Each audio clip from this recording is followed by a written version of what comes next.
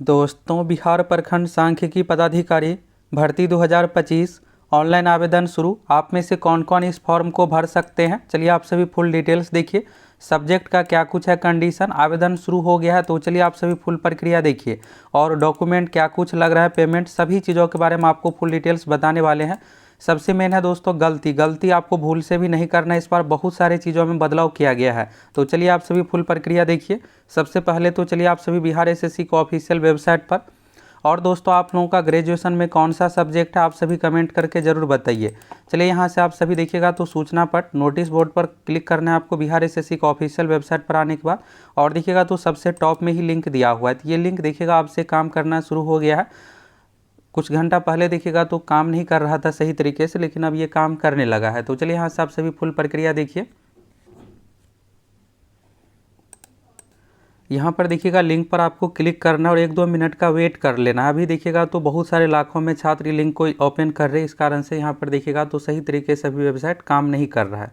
तो इस पर क्लिक कीजिएगा तो यहाँ से देखिएगा सबसे ऊपर में ही अप्लाई ऑनलाइन का ऑप्शन है, इस पर आपको क्लिक कर देना है। यहाँ पर अप्लाई ऑप्शन पर क्लिक करने के बाद देखिएगा यहाँ से पूरा होम पेज आ जाएगा और ये सांख्यिकी पदाधिकारी फॉर्म बीएसओ फॉर्म का, और इसमें देखिएगा तो सभी डिटेल सब कुछ यहाँ पर दिया हुआ है। एक एक करके आप सभी फुल प्रक्रिया चलिए यहाँ से देखिए पहले से ओपन किया हुआ, यहाँ से चलिए आप सभी देख लीजिए। तो इस तरह से आपको ओपन होकर के आएगा और यहाँ पर देखिएगा डेट जो रखा गया है 1 अप्रैल तक, 1 अप्रैल से आज से शुरू है फॉर्म, 19 अप्रैल तक रजिस्ट्रेशन का डेट है और पेमेंट का डेट 19 अप्रैल है। देखिए आप इस चीज़ को अच्छे से दिमाग में बैठा लीजिएगा, 21 तक डेट नहीं है। बहुत सारे छात्रों को इसी चक्कर में छूट जाता है कि 21 तक फॉर्म का डेट है।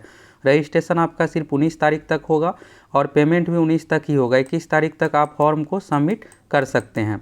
ये हो गया। और फॉर्म सबमिट में देखिएगा तो इस बार दोस्तों बहुत सारे चीज़ों में बदलाव किया गया। यहाँ पर आप प्रक्रिया में देखिएगा तो इतने स्टेप में आपका फॉर्म प्रक्रिया कंप्लीट होगा। यहाँ पर आप सभी देखिएगा तो टोटल यहाँ पर जो स्टेप है 7 स्टेप है। पहला आपका पर्सनल डिटेल्स रजिस्ट्रेशन करने के बाद, फिर पेमेंट प्रोसेस, एजुकेशनल डिटेल्स, फिर इसके बाद फ़ोटो सिग्नेचर, फिर इसके बाद अपलोड लाइव फ़ोटो, फिर इसके बाद देखिएगा सर्टिफिकेट, फिर एप्लीकेशन स्लिप। इस तरह से 7 स्टेप में देखिएगा तो फॉर्म की प्रक्रिया है। तो चलिए यहाँ से एक एक करके पूरा आप लोगों को प्रक्रिया बताने वाले हैं।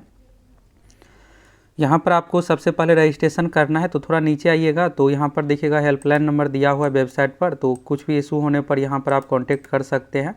और यहाँ पर देखिएगा तो click here for registration option है, नहीं तो यहाँ पर टॉप में भी रजिस्ट्रेशन का ऑप्शन है, इस पर आपको क्लिक कर देना। और देखिए यहाँ सब प्रक्रिया को आप अच्छे से समझ लीजिए। देखिए आप मोबाइल से भी इसको फिलअप कर सकते हैं और आप डेस्कटॉप, लैपटॉप, कंप्यूटर किसी भी माध्यम से फिलअप कर सकते हैं। बस ये है कि आपको सावधानी से फिलअप करना है, गलत नहीं होना चाहिए। और यहाँ पर टाइमर लगा हुआ है 20 मिनट का, तो 20 मिनट के अंदर ही आपको अपना रजिस्ट्रेशन ये सब प्रक्रिया कंप्लीट करना पड़ेगा। देखिएगा तो सबसे शुरू में है नेम ऑफ अप्लीकेंट यानी आवेदक का नाम, तो 10th सर्टिफिकेट यानी मार्कशीट पर जो भी नाम है वही हूबहू आपको फिलअप करना है। वेरिफिकेशन में वही आपसे मिलाया जाएगा। यहाँ पर लिखा भी है मैट्रिकुलेशन के अनुसार होना चाहिए। अपना जेंडर यहाँ से सिलेक्ट कीजिएगा। इसके बाद देखिएगा बिहार के निवासी है तो यस सिलेक्ट कीजिएगा, नहीं है तो नो। नो सिलेक्ट जैसे ही कीजिएगा आप जनरल कैटेगरी के अनुसार आ जाइएगा। दूसरे राज्य वाले भी इस फॉर्म को भर सकते हैं।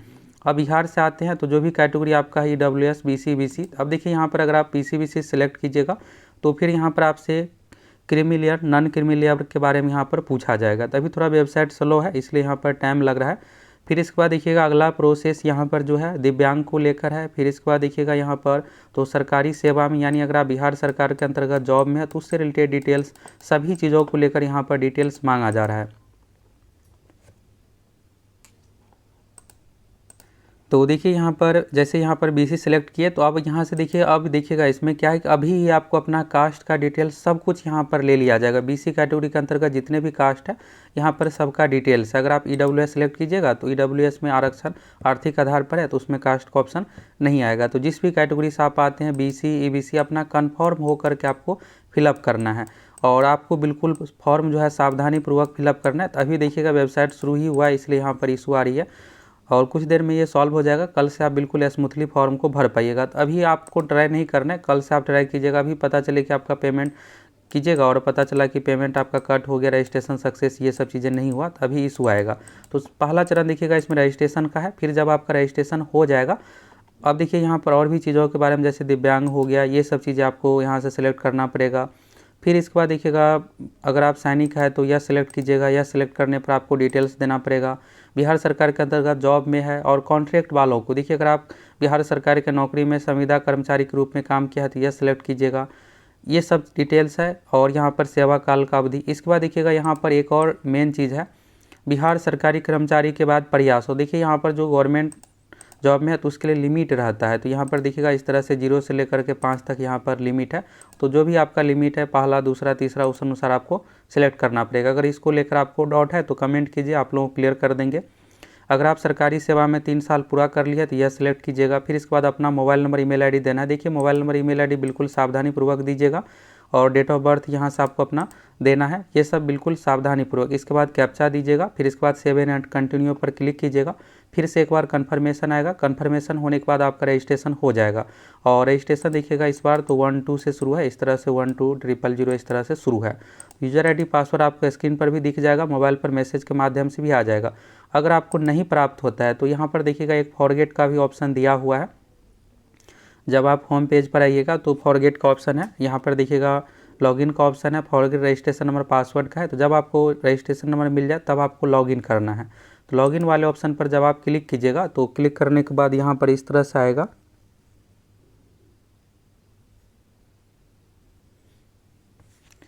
देखिए यहाँ पर वेबसाइट में अभी थोड़ा इशू है, इसलिए यहाँ पर टाइम लग रहा है। तो चलिए यहाँ पर आगे का प्रक्रिया चलिए यहाँ से आप सभी देख लीजिए।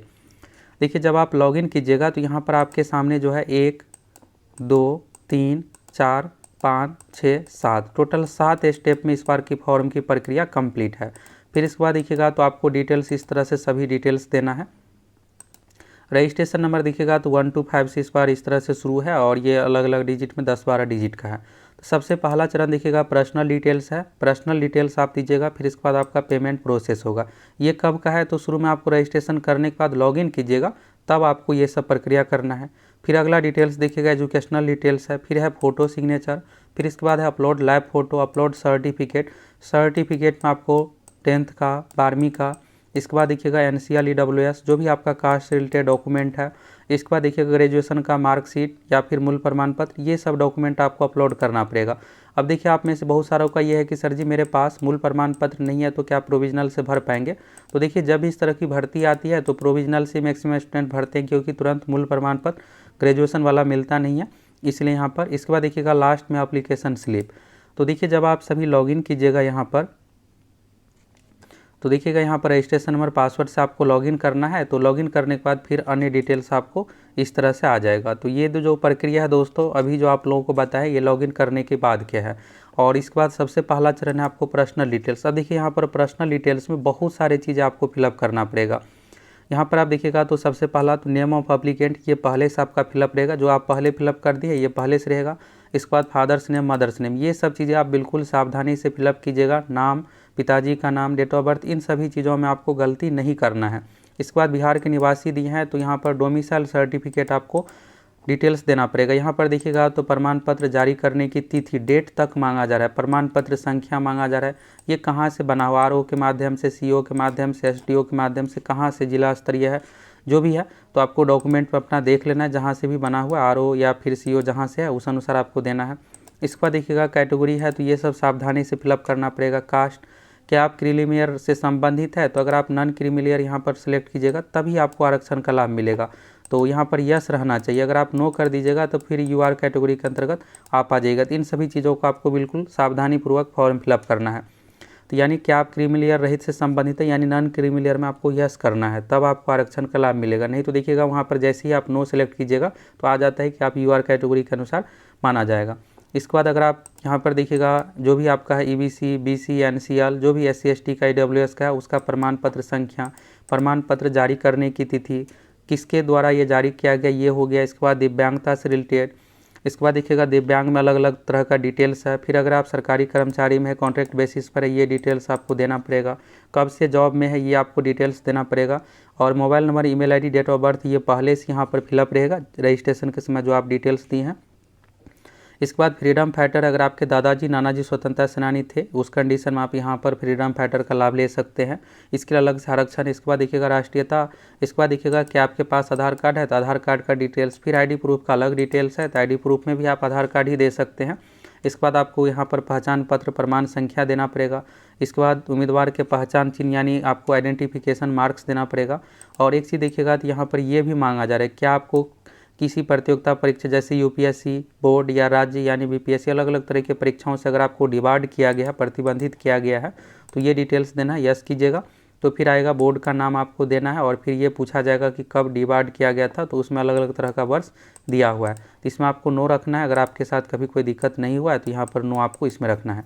इसके बाद देखिएगा यहाँ पर एड्रेस का डिटेल्स है, तो पत्राचार का पता यहाँ पर आपको अपना देना है। फिर इसके बाद देखिएगा तो यहाँ पर राइट साइड में परमानेंट एड्रेस है, तो उसमें अगर आप सेम ही है दोनों तो यस पर सिलेक्ट कीजिएगा, दोनों सेम फिलअप हो जाएगा।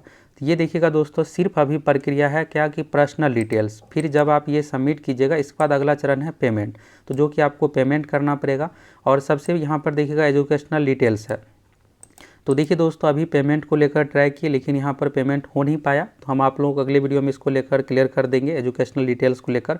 अभी देखिए आप सभी ये जानना चाहते हैं कि सर जी हम इस फॉर्म को भर पाएंगे या नहीं, तो आपका ग्रेजुएशन में कौन सा सब्जेक्ट आप सभी कमेंट करके ज़रूर बताइए। देखिए यहाँ पर 3 सब्जेक्ट का कंडीशन है, अर्थशास्त्र, गणित, सांख्यिकी।